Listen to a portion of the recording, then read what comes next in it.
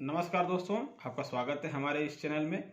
दोस्तों, आज का वीडियो उन लोगों के लिए है जो अक्सर ये शिकायत करते हैं कि हमारे ऊपर भरण पोषण तो ऑर्डर हो गया है मगर हम उसको देने की हैसियत नहीं रखते हैं, हमारे पास इतना पैसा ही नहीं है। ठीक है, तो बड़े ध्यान से सुनिएगा ये वीडियो। क्या होता है कि जब कभी भी मैट्रिमोनियल डिस्प्यूट चलता है या फिर डोमेस्टिक वॉयलेंस जैसे केस 125 जैसे केस या हिंदू मैरिज एक्ट की धारा 24 या 25 वाले जो मामले होते हैं, जब ये केसेस कोर्ट में जाते हैं तो इन जनरली ये पूरे इंडिया में होता है कि जो हस्बैंड होता है उसकी बात को अनसुना करते हुए अदालतें मन मर्जी भरण पोषण थोप देती हैं। और भरण पोषण उस दिन से लागू होता है जिस दिन महिला ने या वाइफ ने केस फाइल किया था, और जिस दिन ऑर्डर होता है तो उस दिन से लेके अब तक का आपको देना पड़ता है। लमसम अमाउंट रहता है। वो ज़्यादा ऑर्डर हो गया है तो मालूम पड़ता है कि 2 लाख, 3 लाख, 4 लाख, 5 लाख आपको इकट्ठा आप देना पड़ेगा।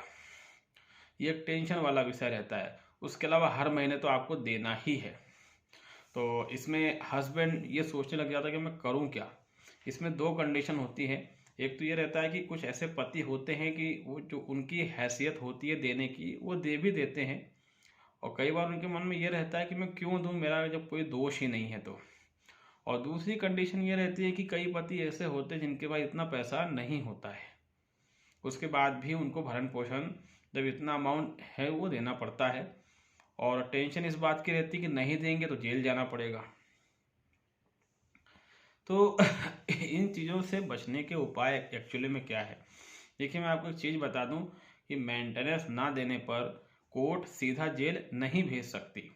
अब आप कहेंगे कि सर ऐसा तो होता नहीं है। बिल्कुल सही बात है, ऐसा नहीं होता। कोर्ट आपको जेल भेज देती है। तो इसका कारण यह रहता है कि जो लॉ है उसकी समझ नहीं है, या तो जज को नहीं है या वकील को नहीं है।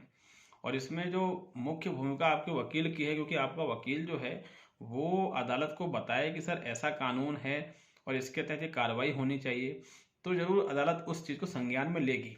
वरना होता ये है कि कोई वकील खुद ही वो कानून नहीं जानता। दूसरी बात है कि वकील ये सोचता है कि क्लाइंट जेल जाएगा तो फंसेगा और फिर मुझे बुलाएगा और उस समय मैं मन मर्जी फीस उससे वसूल लूँगा। ऐसा भी होता है। तो इन सारी समस्याओं का समाधान क्या है?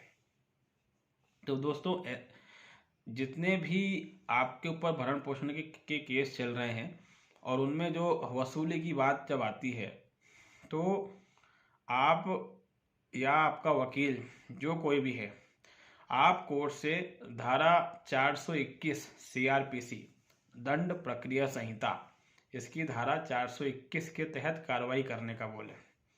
आप कोर्ट से कह दें कि सर या मैडम जो कोई भी हो, आप हमें डायरेक्ट जेल नहीं भेज सकते, ठीक है, मेरे पास पैसा नहीं है, और आपको लगता है कि पैसा मेरे पास है, तो आप धारा 421 के तहत आदेश पारित करें। आपको मुझे जेल भेजने का सीधा अधिकार नहीं है। दोस्तों, धारा 421 क्या होती है ये भी मैं आपको बता देता हूँ, और इससे संबंधित कई जजमेंट्स पास हुए हैं। जिसको लॉ की समझ थी, नॉलेज था, उसने बाकायदा इसका इस्तेमाल किया। और जो अदालतों ने जेल भेजने के जो फैमिली कोर्ट्स हो गई या जिला न्यायालय, डिस्ट्रिक्ट कोर्ट, मेट्रोपॉलिटन मजिस्ट्रेट वगैरह जिनके आदेश थे पति को जेल भेजने के, वो सब रद्द करना पड़े। एक्चुअली में धारा 421 सीआरपीसी में इसका प्रोविजन दे के रखा हुआ है, जिसमें साफ कहा गया है कि कोई भी मतलब जुर्माना अगर किसी पर लगाया जाता है या किसी तरह का कंपनसेशन किसी पर थोपा गया है कि आप उसको कंपनसेट करोगे, और वो व्यक्ति नहीं कर पाता, तो उसको सीधा जेल नहीं भेजा जाएगा। उसकी प्रॉपर्टी वगैरह कुर्क करने के आदेश जारी किए जाएंगे, और उसके बाद कलेक्टर जो है इसकी कार्रवाई करेगा। ये आदेश दिया गया है। इसीलिए मैंने कहा कि जो मैं बता रहा हूँ ये उन व्यक्तियों पर लागू होता है जो सच में भरण पोषण देने की हैसियत नहीं रखते। तो इससे ये होगा कि जब आप धारा 421 की कार्रवाई करने के लिए जज साहब से कहेंगे, तो उनको फिर इसके तहत आदेश जारी करना पड़ेगा। इसमें कई जजमेंट्स हैं, वो मैं आपको बता दूंगा। तो उन जजमेंट्स का हवाला देकर जज साहब से जब आप कहेंगे कि सर कानून तो ये कहता है, आप सीधे हमको जेल नहीं भेज सकते, क्योंकि किसी को भी सीधे जेल भेज देना किसी ऐसे मामलों में ये संविधान के अनुच्छेद 21 का उल्लंघन है। संविधान का अनुच्छेद 21 कहता है प्राण और दैहिक स्वतंत्रता का अधिकार, right to life and personal liberty. तो ये सीधा उसका वायलेशन है। तो हम तो कह रहे हैं कि हमारे पास पैसा नहीं है देने के लिए, आप हमारी प्रॉपर्टी को कुर्की करने के आदेश जारी कर दीजिए। ठीक है, तो जब आप ये कहेंगे तो उसमें फिर क्या होगा कि उसको मजबूरी में इस आदेश को लागू करवाना पड़ेगा, और मजिस्ट्रेट जो है या जो सेशन जज है जहाँ पर आपका केस चल रहा है वो कलेक्टर को ये आदेश जारी करेगा, और कलेक्टर को आदेश जारी करने के बाद कलेक्टर इसमें इंक्वायरी करता है, और ये पूरी प्रोसेस बहुत लंबी होती है। तब तक आप अपने बचाव के हजारों रास्ते ढूंढ सकते हैं, और जब वो कुर्की के आदेश जारी हो जाते हैं उसके बाद जब वो ये प्रोसेस करेगा, ये लंबी प्रोसेस हो जाती है, इसमें आप जेल जाने से बच जाएंगे।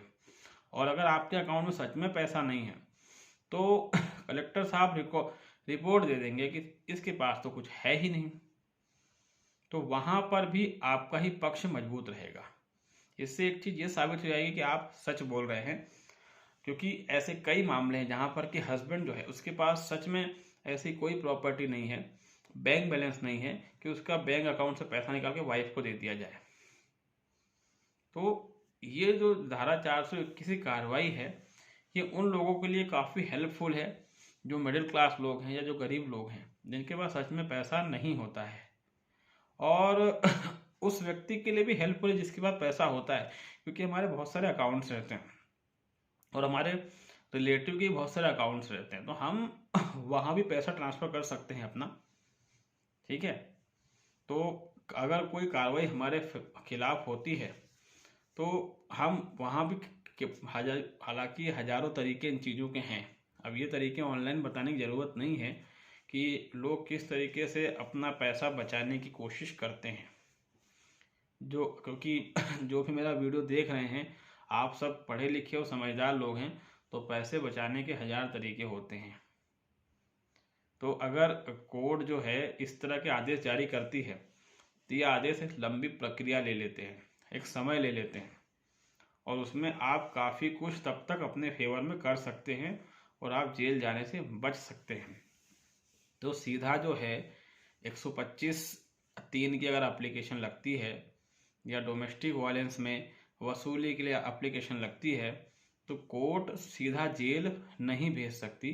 ठीक है, कोर्ट को धारा 421 का पालन करना पड़ेगा।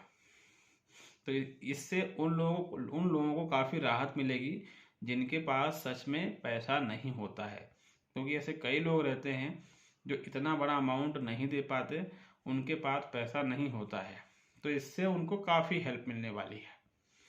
लेकिन ये तभी संभव है जब आप कोर्ट में धारा 421 के तहत एप्लीकेशन दें और उसकी ड्राफ्टिंग काफ़ी अच्छी रखें और उससे संबंधित केस को मेंशन करके पूरी बात को जज के सामने रखें, ये तभी पॉसिबल है।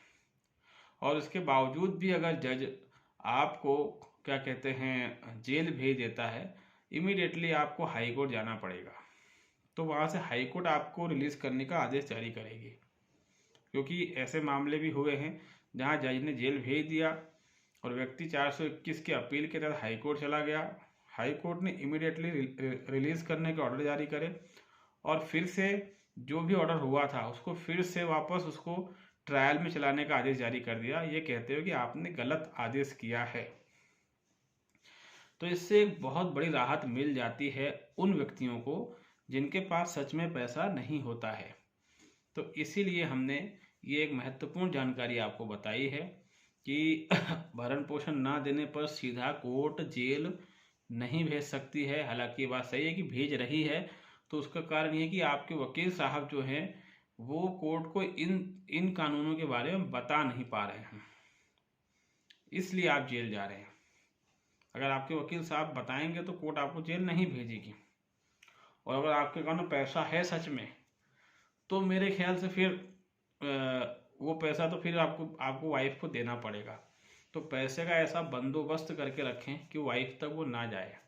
इसके भी हजार तरीके हैं, हालांकि अच्छे तरीके सीए को ज़्यादा पता रहते हैं, तो आप उनसे इस मामले में एडवाइस ले सकते हैं। तो दोस्तों उम्मीद है कि हमारा ये वीडियो आपको अच्छा लगा होगा और समझ में भी आया होगा। तो अगर आप हमारे चैनल में नए हैं तो इसको प्लीज़ मेरा रिक्वेस्ट है कि लाइक करें, सब्सक्राइब करें और शेयर भी करें, ताकि अधिक से अधिक लोगों तक ये जानकारियाँ पहुंच सके दोस्तों। तब तक के लिए बहुत